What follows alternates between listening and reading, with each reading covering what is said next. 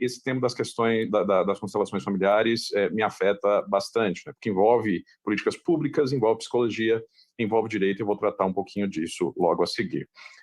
Mas antes de entrar especificamente dentro das constelações familiares, dentro do judiciário, eu quero trazer uma questão um pouquinho mais ampla, que é discutir um pouco sobre quais são as condições que permitem que as pseudociências tenham relevância no Brasil. E a discussão sobre constelações familiares, ela é um fenômeno aparente desse outro fenômeno maior, que é sobre como que práticas pseudocientíficas conseguem ganhar espaço, ganhar relevância e se tornarem grandes, onde deveria ter um debate técnico que não permitisse que elas chegassem a esse tipo de destaque. Então, aqui no Brasil, dá para pontuar muito claramente que as pseudociências que não conseguem se sustentar, elas não conseguem pautar o debate científico, elas estão à margem dos consensos científicos, elas estão à margem do escrutínio correto pelo método científico, elas buscam se utilizar de uma excessiva permeabilidade institucional que existe no Brasil para se tornarem oficiais. Então, na ausência de filtros institucionais que criam um crivo pelo qual uma prática, uma técnica, uma terapia devesse passar para que pudesse ser discutida, e não é nem aprovada, para ela pudesse ser discutida, a gente tem uma porta aberta para que todo tipo de uma prática de pseudociência, em última instância de alguma coisa que é muita picaretagem propriamente dita, seja inserida oficialmente dentro do ordenamento jurídico, ou dentro da prática de algum órgão do executivo, dentro de um trâmite do legislativo. Consigo dar exemplos muito práticos disso. Então, a homeopatia, por exemplo, tem um consenso científico absoluto sobre sua ineficácia. Isso é endossado há décadas pelo Conselho Federal de Medicina, muito porque existe um lobby de médicos homeopatas que ganham a vida com esse tipo de prática. É uma prática absolutamente pseudocientífica. Num passado muito recente, a ponto da gente conseguir resgatar facilmente pela memória, teve o caso da fosfetanolamina, que foi um projeto de lei aprovado pelo Congresso, pílula do câncer, uma panaceia que curaria todo tipo de câncer que pudesse existir. Absolutamente ineficaz, criado por um professor da USP que claramente não sabia o que estava falando. Então, a gente oficializou uma prática sem respaldo nenhum, a revelia da Anvisa, por um projeto de lei. Não teve um mecanismo no meio do caminho que bloqueasse isso. Lembrando que isso foi um projeto de lei proposto pelo Bolsonaro e sancionado pela Dilma, que quer dizer que isso está completamente disperso no espectro político. Isso não é um fenômeno localizado, isso é um fenômeno global. Também, de maneira relativamente recente, a gente teve a criação da Política Nacional de Práticas Integrativas e Complementares, que existe a partir de um decreto do ministro da Saúde. O que essa política faz?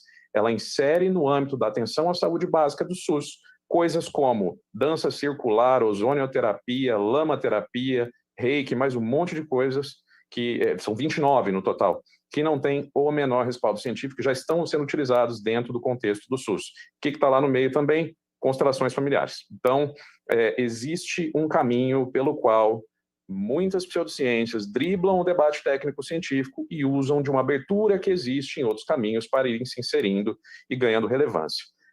Hoje, especificamente, eu consigo citar nominalmente constelação familiar e ozonioterapia como duas dessas práticas que estão tentando obter relevância, aceitação, adoção e oficialização por essas exatas mesmas vias.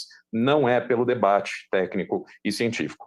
Existe por trás dessas práticas, dessas teorias, dessas pseudoterapias, não um interesse efetivo em aperfeiçoar conhecimento sobre saúde, porque senão o debate estaria ocorrendo em outra esfera.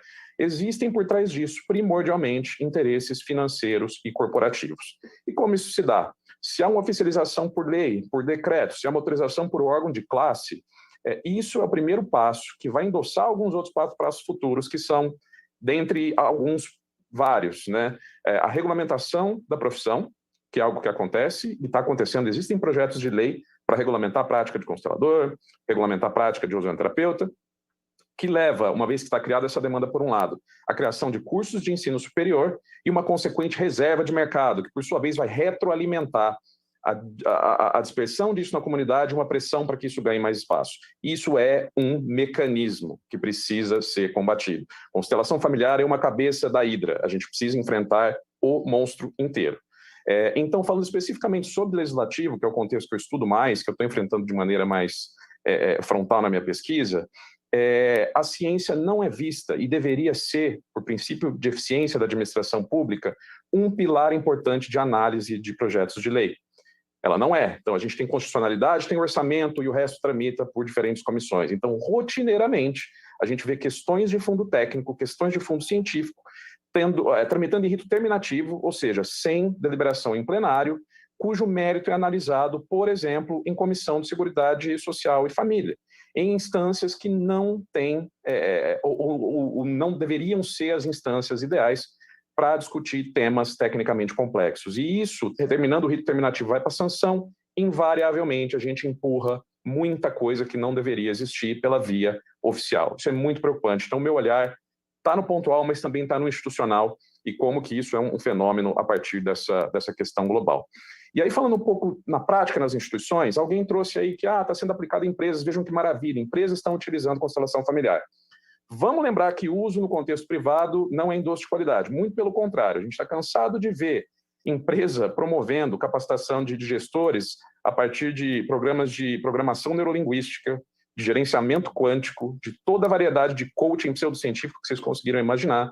Então, utilização no contexto privado não é endosso de sucesso, de eficácia de uma prática.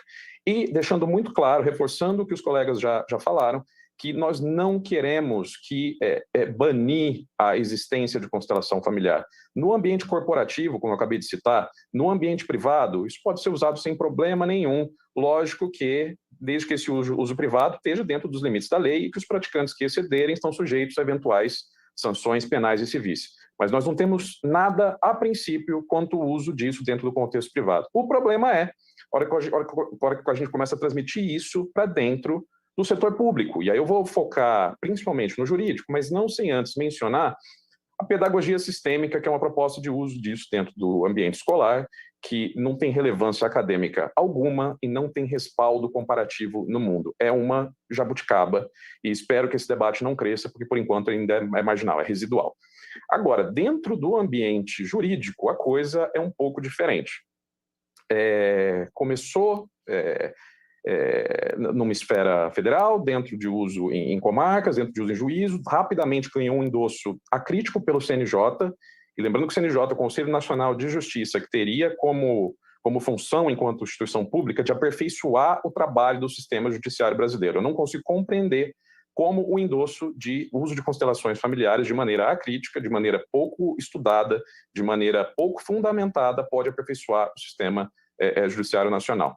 Mas não só isso, tem um endosso do CNJ, que tem esse poder de modulador de políticas dentro do judiciário, mas teve uma multiplicação absurda dentro da OAB, pareada a criação de um monte de curso. Então, invariavelmente, a gente tem comissões de direito sistêmico espalhadas Brasil afora, cujo representante que trouxe o assunto à tona é um capacitador que tem um CNPJ que está ganhando algum dinheiro treinando pessoas no entorno disso.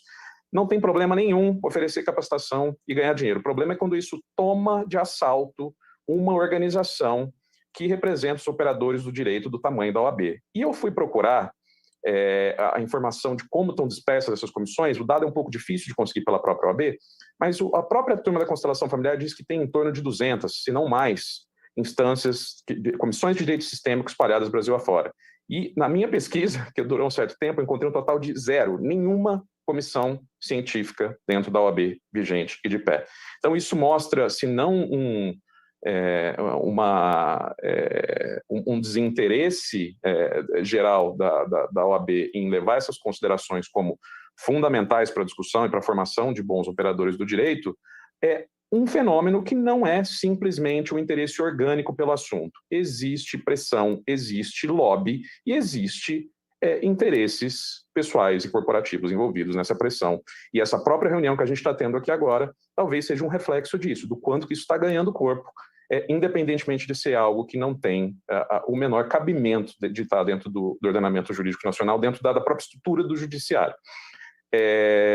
E aí, na luz disso, o que a gente está vendo é várias instituições vendo o mercado crescendo, oferecendo esse tipo de curso também, já mencionei um pouco isso agora há pouco. Mas o mais importante de tudo para tirar dessa parte de inserção no judiciário é que acontece uma coisa muito complicada, que é a tentativa de tornar a constelação familiar o meio oficial pelo qual se discute resolução não jurídica de conflitos, como você propõe mediação e conciliação dentro do judiciário.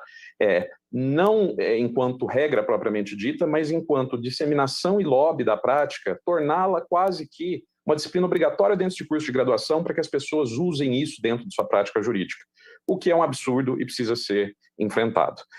Foi trazido em algum momento também que a constelação familiar é uma ciência social que estuda comportamentos e precisa ser lida à luz disso. Isso é falso, ela não é uma ciência, e ciências sociais que estudam comportamento são filosofia, sociologia, antropologia e primordialmente a psicologia. E se você entra em conflito frontal em qualquer uma dessas, você não está só somando em um diálogo, está colidindo frontalmente com o que existe de consolidação de conhecimento há muito tempo. E a função dos operadores do direito não é realizar terapia, não é realizar cura, não é melhorar dinâmicas familiares, é aplicar o direito ao caso concreto para resolver um problema legalmente. Eventualmente, um conflito quer ser mantido e quer uma resolução judicial. Não é papel do juiz decidir isso em nome das partes. E eu queria fazer com vocês, então, a partir disso, um exercício. E o exercício vai levar à questão absurda, tá? Então, vamos imaginar que um juiz resolva aplicar astrologia como uma ferramenta para uso em audiências de varas de família, a partir dos escritos de um filósofo alemão que resolveu falar sobre amor, sobre família, e ele propõe a existência da astrologia familiar. E ele alega, sem dados objetivos, sem metodologia clara, que ele tem obtido uma grande taxa de sucesso com o uso dessa intervenção da astrologia familiar. E ele vai usar relatos de caso, ele vai usar um monte de dado anedótico para falar que essa astrologia familiar deveria ser expandida dentro do judiciário, porque ele vem obtendo sucesso com isso. Então, eu estou propondo, com esse exercício mental, que utilizar a constelação familiar no judiciário é absolutamente análogo a uma proposta de utilizar astrologia no judiciário. E aí vamos fazer um ponto a ponto disso? São pseudociências essa prática que existe de verdade, essa que eu estou propondo? São claramente pseudociências pelos critérios que os meus amigos já apontaram agora recentemente. Elas falam em constelações como entidades etéreas que influem magicamente sobre o mundo? As duas falam. Alegam haver provas científicas sobre utilidade? As duas. Essas provas são de má qualidade e amplamente desacreditadas pela comunidade científica? São. São proposital e intrinsecamente subjetivas, apelando a emoções, utilidade individual e evidências anedóticas? Sim. E não deveriam, sob hipótese alguma, serem utilizados em esferas públicas? Aí é um sim do tamanho de um outdoor. E se parece absurdo, é porque é absurdo. Existe um motivo pelo qual é necessário ter amplo escrutínio técnico e científico de uma prática antes de uso dela na esfera pública.